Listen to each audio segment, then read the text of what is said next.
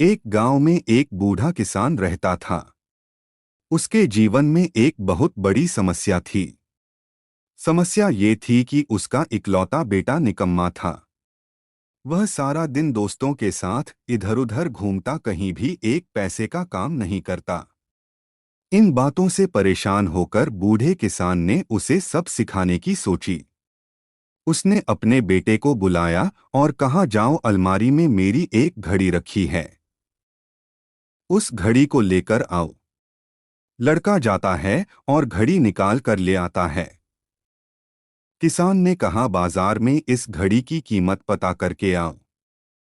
अब लड़का घड़ी लेकर बाजार चला जाता है। उसने जगह जगह इसकी कीमत पूछी। किसी ने घड़ी की कीमत 100 रुपए, किसी ने 200 तो किसी ने 500 रुपए बताई। शाम को लड़का घड़ी लेकर अपने पिताजी के पास जाता है और कहता है, पिताजी, किसी ने इसकी कीमत 100 रुपए, किसी ने 200 तो किसी ने 500 रुपए बताई।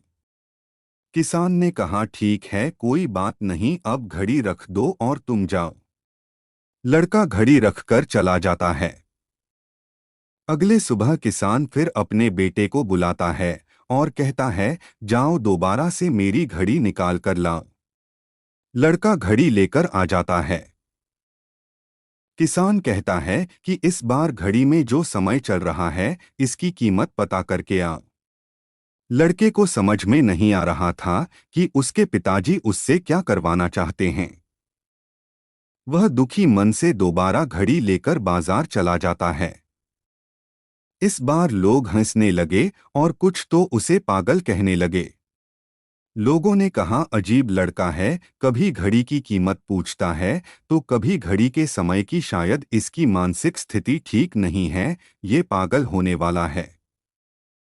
अब लड़का परेशान हो जाता है। उसे समझ में नहीं आता कि उसके साथ हो क्या रहा है। अंत में उसने घर जाने का मन बना लिया। रास्ते में एक सेठ की दुकान पड़ती थी।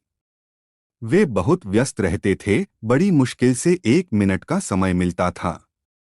तो उसने सोचा, एक बार सेठ जी से पूछ लेता हूँ, हो सकता है सेठ जी को पता हो। तो वह डरते डरते सेठ जी के पास गया और पूछा कि सेठ जी, इस घड़ी में जो समय है, इसकी कीमत क्या है। सेठ जी उसकी तरफ देखने लगे और समझ गए कि लड़का क्या पूछना चाहता है। उन्होंने उस लड़के को अपने पास बिठाकर बड़े प्यार से समझाया कि देखो बेटा, इस घड़ी की कीमत हो सकती है, लेकिन इस घड़ी में जो समय चल रहा है, इसकी कोई कीमत नहीं है।